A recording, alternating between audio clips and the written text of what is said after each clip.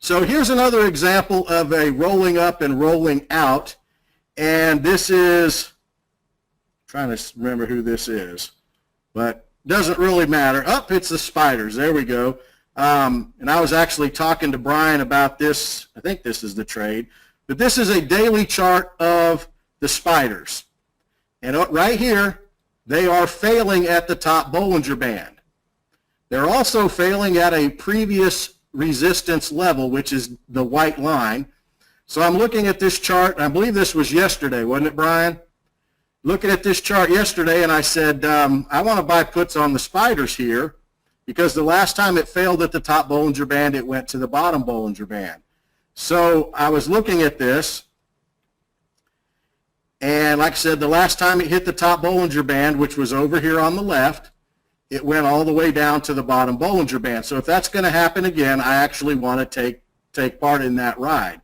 So our target here, guys, if we're failing at the top band, what's our target going to be? Not counting the moving averages, because someone did bring it up and they were correct. A lot of times it does bounce off of those moving averages.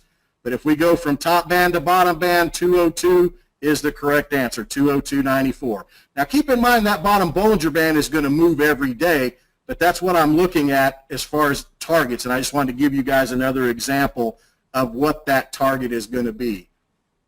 Tom says, how many candles do you need for a failed Bollinger Band? Tom, you really only need one. There's a couple of patterns that I'll show you. If you look over there towards the left where it failed last time, it put in a doji with a long wick at the top and a long wick at the bottom. Now, of course, a tweezer top is a little bit more confirmation. Some people do want confirmation, and there's nothing saying that this isn't going to keep going. But I like the entry here, and we'll get into it a little bit later. I don't want to, let that cat out of the bag too soon.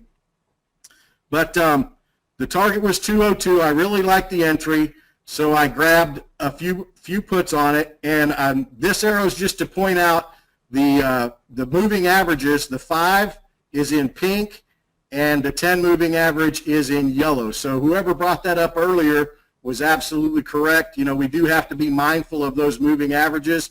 And today, actually, the spiders did get down to the 5 and bounce.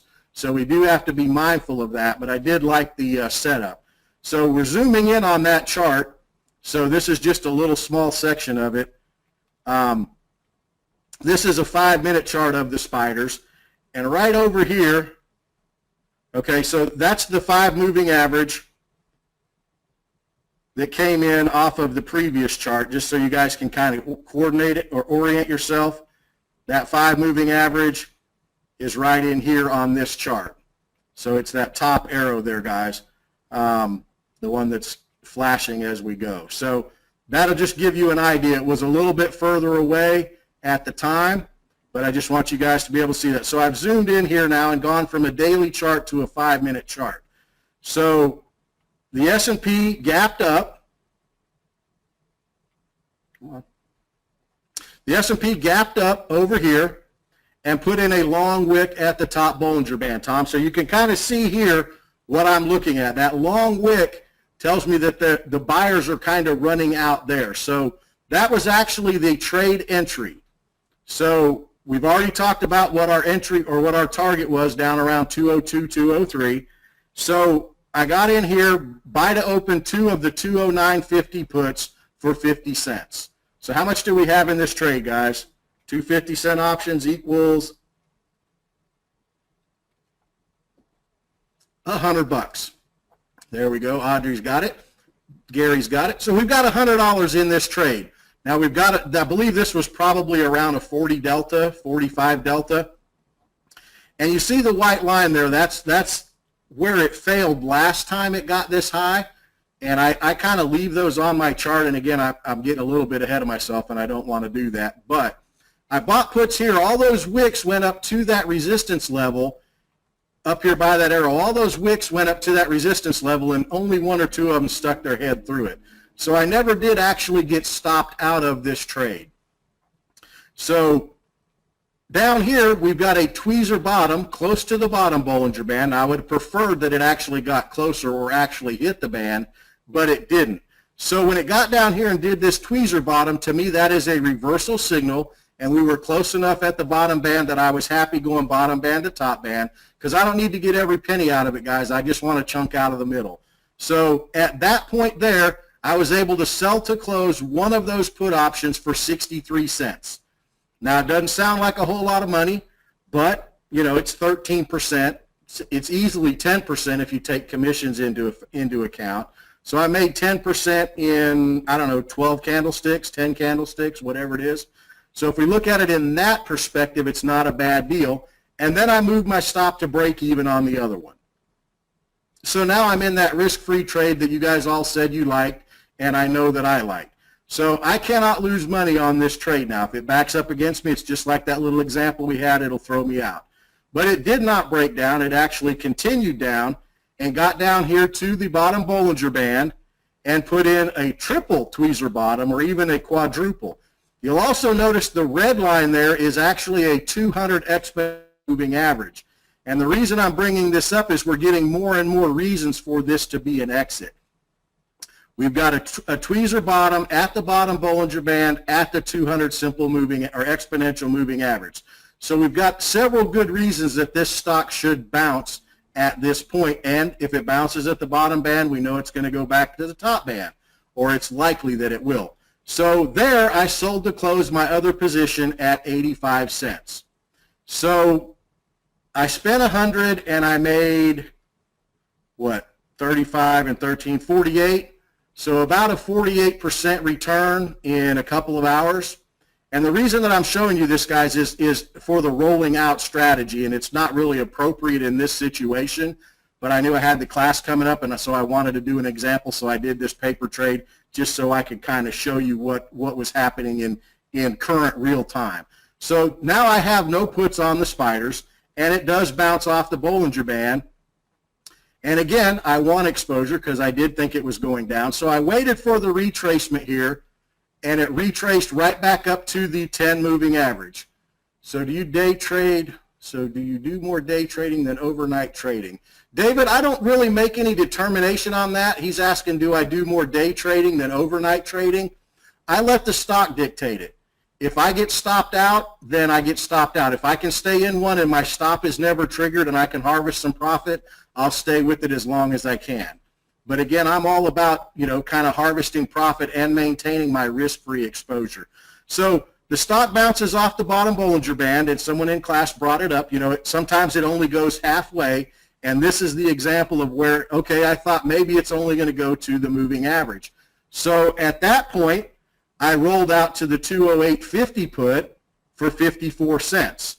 Now this is similar to my initial entry, and again, I'm with the lower deltas, and so now I've rolled from the 209 to the 208. And again, guys, this is not something I would do ordinarily. This is just something that I wanted to do so I could show you guys how the rolling out works. And, you know, you're going to want to stay with them longer than that if you can, although these were good technical entries and good technical exits for a day trade. So if you want to look at it that way, then, you know, that works out well too. So would this be a better entry right here, guys, at the top Bollinger Band? Who thinks it would? Okay, now, how do we know that it's going to go back up to the top band or not? And David brings up a good point. They are really close together, and they are. In fact, I was not stopped out of this. And I did actually have a mental stop in place. I did not have a hard stop, but I was actually never stopped out on that. And then you can see kind of down here, it comes down to that 5 moving average, which is the pink line that I drew over from the daily chart so that you guys can see it. We've got the tweezer bottom down here at the bottom Bollinger Band and also at the 5 moving average. So what do you guys think here? Should we sell to close one or tighten our stop? What do you guys think? What would you guys do in this situation? Now, we've already harvested about $50 profit, so we've got a less risk involved in this trade. David says sell one. Sell to close. Trip says, and again, guys, this is up to you. This is how you're going to have to learn, how you're going to have to develop your own strategy. Okay, what time is it? Ooh, I like that question, Sally. Absolutely. What time is it? And these are all things that you have to figure in. when you make your decision as to whether or not you want to hold overnight. And I actually sold one and held one overnight. And Denise says, sell as the candle is engulfing. Okay, I like that. That's a good technical exit. And so, I mean, there is no right or wrong answer here, guys, because we're already in this position relatively risk-free. I mean, if we put a stop at break even, we can't lose money on it. So that's something that you guys will just kind of have to do. But I wanted you guys to see how the rolling up and out works. And this could take place over days. It could take place over hours. It could take place over 3 candlesticks. I mean, it just depends on how things are moving. So does that make sense to you guys? Do you guys like the way that works, where we can maintain our exposure? Yeah, absolutely. And one of the things that I have been asked at times, people will ask me, well, you're giving up delta when you buy that lower delta option. And to a degree you are. However, if we're doing the legging out strategy like I've already covered, and we're down to that one final contract, say that one final contract is now at a 70 or an 80 delta, okay? If we got a 70 or 80 delta and we close that one out, if we buy 2 more 40 deltas, have we lost any delta? We had one contract that was an 80, now we have 2 that are 40. If my math is correct, 40 and 40 equals 80. We've maintained the same delta, and we've given ourselves the ability to leg out of one more contract. So we can continue to harvest that profit as we go. Now, we would be better off if we just stayed with the original position and had a perfect entry and a perfect exit, but that's not always possible, and it's certainly difficult. I mean, you guys have heard Bill and Marquet talk about it. Every once in a while you'll hit the top and the bottom. So this is what I developed to allow myself to keep that dog in the fight, as Brian says, to maintain the exposure and to go ahead and put money in my pocket and grow my account and keep my exposure to the market, which is what I want, because if I don't have anything in, I can't make any money.